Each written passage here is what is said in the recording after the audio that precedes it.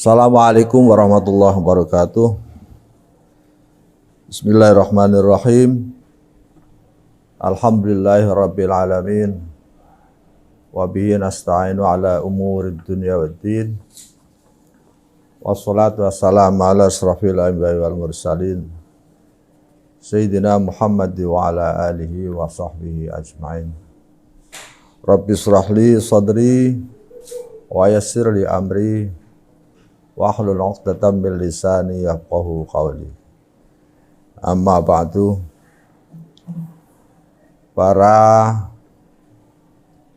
pemirsa yang dirahmati oleh Allah Subhanahu wa taala.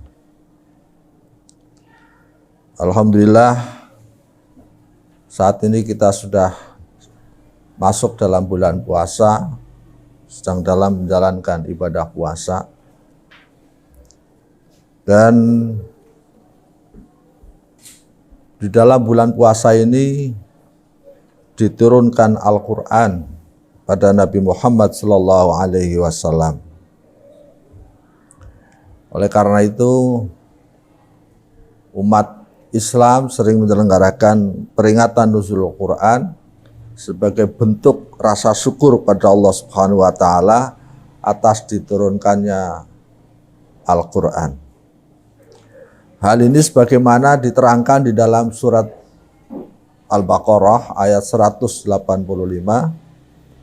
A'udzubillahi minasyaitonirrajim.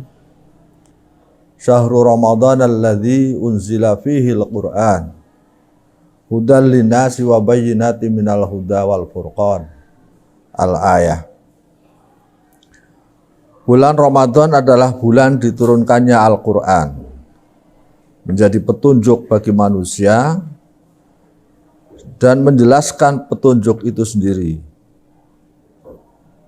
serta pembeda antara yang hak dan yang batil.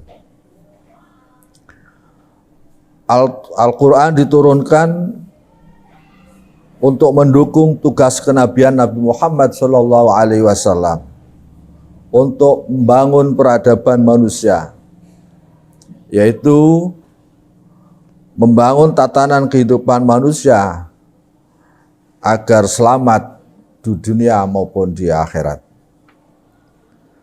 Untuk membangun tatanan kehidupan itu, maka manusia perlu dibimbing dengan Al-Quran yang misi utamanya adalah menjadi petunjuk bagi manusia agar manusia dapat membedakan mana yang benar dan mana yang salah, mana yang manfaat dan mana yang mafsadat. Demikian juga mana yang pantas dan mana yang tidak pantas. Ada 5 prinsip dalam ajaran Islam yang biasa disebut dengan maqasidus syariah al-khamsah. 5 tujuan syariah yang harus dijaga agar tujuan membangun tatanan kehidupan manusia dapat tercapai dengan baik. Yang pertama, menjaga agama atau hifdzuddin. Agama sebagai pembimbing hidup manusia agar teratur, tertib, seimbang lahir batin, hidup bahagia dan selamat dunia akhirat. Maka agama harus dijaga kemurniannya. Oleh karena itu, Islam melarang orang berbuat syirik, kufur, munafik, murtad, dan juga menikah dengan orang non-muslim. Itu yang pertama. Kemudian yang kedua adalah hifdzun nafs atau menjaga jiwa. Kedudukan jiwa atau nyawa bagi manusia dalam Islam mendapat perhatian yang sangat besar. Karena itu harus dijaga dari hal-hal yang mengancam keselamatannya. Islam melarang membunuh tanpa hak, aborsi, dan melarang perbuatan yang mengancam jiwa manusia seperti perkelahian, perangan dan lain sebagainya. Itu yang kedua. Kemudian yang ketiga adalah hifdzul akal, yaitu menjaga akal. Akal sebagai nikmat terbesar setelah jiwa atau nyawa juga harus dijaga kesehatannya. Dengan akal manusia bisa memisahkan mana yang hak dan mana yang batil. Dengan akal manusia bisa memenuhi kebutuhan hidupnya. Dengan akal manusia bisa menerobos ke luar angkasa. Bahkan bisa menciptakan alat yang bisa kecepatannya bisa melebihi kecepatan burung, yaitu pesawat.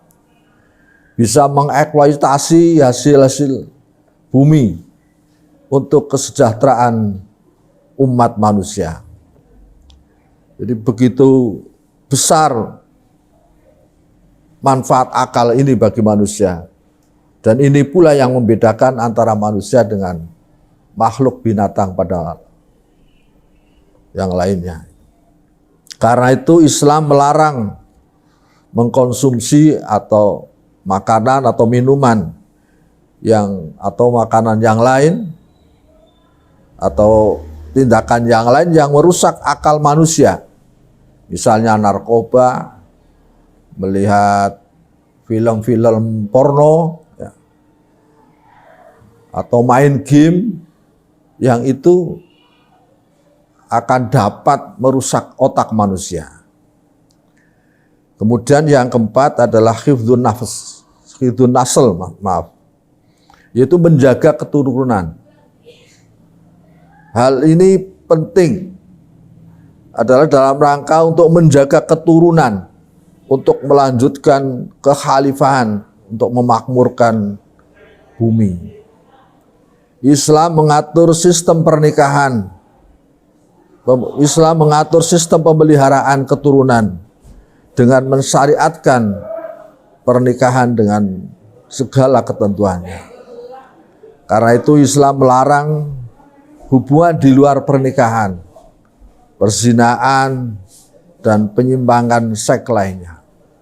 Kemudian yang terakhir adalah hifdzul mal, menjaga harta. Harta merupakan wasilah tercapainya berbagai keinginan hidup manusia untuk mendukung pelaksanaan ibadah kepada Allah Subhanahu wa Ta'ala. Karena itu Islam melarang tindakan kriminal, pencurian, perampokan, pembegalan, kemudian perampasan dan juga penjarahan. Selain itu Islam juga melarang transaksi yang mengandung riba, horor, tipuan. Sekarang kan banyak sekali bisnis-bisnis online yang cenderung itu menipu. Oleh Islam tidak diperbolehkan.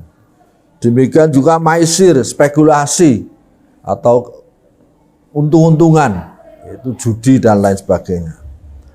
Dan menimbun barang kebutuhan umum, sehingga mengakibatkan langkanya kebutuhan pokok manusia di masyarakat. Biasanya ini dilakukan oleh para pedagang dengan maksud untuk mencari keuntungan yang lebih besar dengan menaikkan harga-harga. Dan itu sangat menyusahkan pada masyarakat karena menjadikan masyarakat tidak bisa menjangkau dengan harga yang tinggi itu. Itulah beberapa hal yang harus dijaga dalam rangka membangun tatanan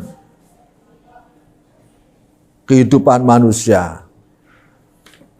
Dan dari sinilah kita juga bisa membayangkan betapa kacau balaunya kehidupan dunia ini manakala Al-Quran kemudian tidak diturunkan melalui Nabi Muhammad Sallallahu Alaihi Wasallam. Oleh karena itu sekali lagi kita perlu untuk senantiasa bersyukur pada Allah Subhanahu Wa Taala bahwa Allah telah berkenan membimbing kita melalui Nabi Muhammad Sallallahu Alaihi Wasallam, yaitu dengan diturunkannya Al-Quran. Saya kira demikian yang dapat saya sampaikan. Kurang dan lebihnya mohon maaf. Wallahul muwaffiq ila aqwamit thoriq. Assalamualaikum warahmatullahi wabarakatuh.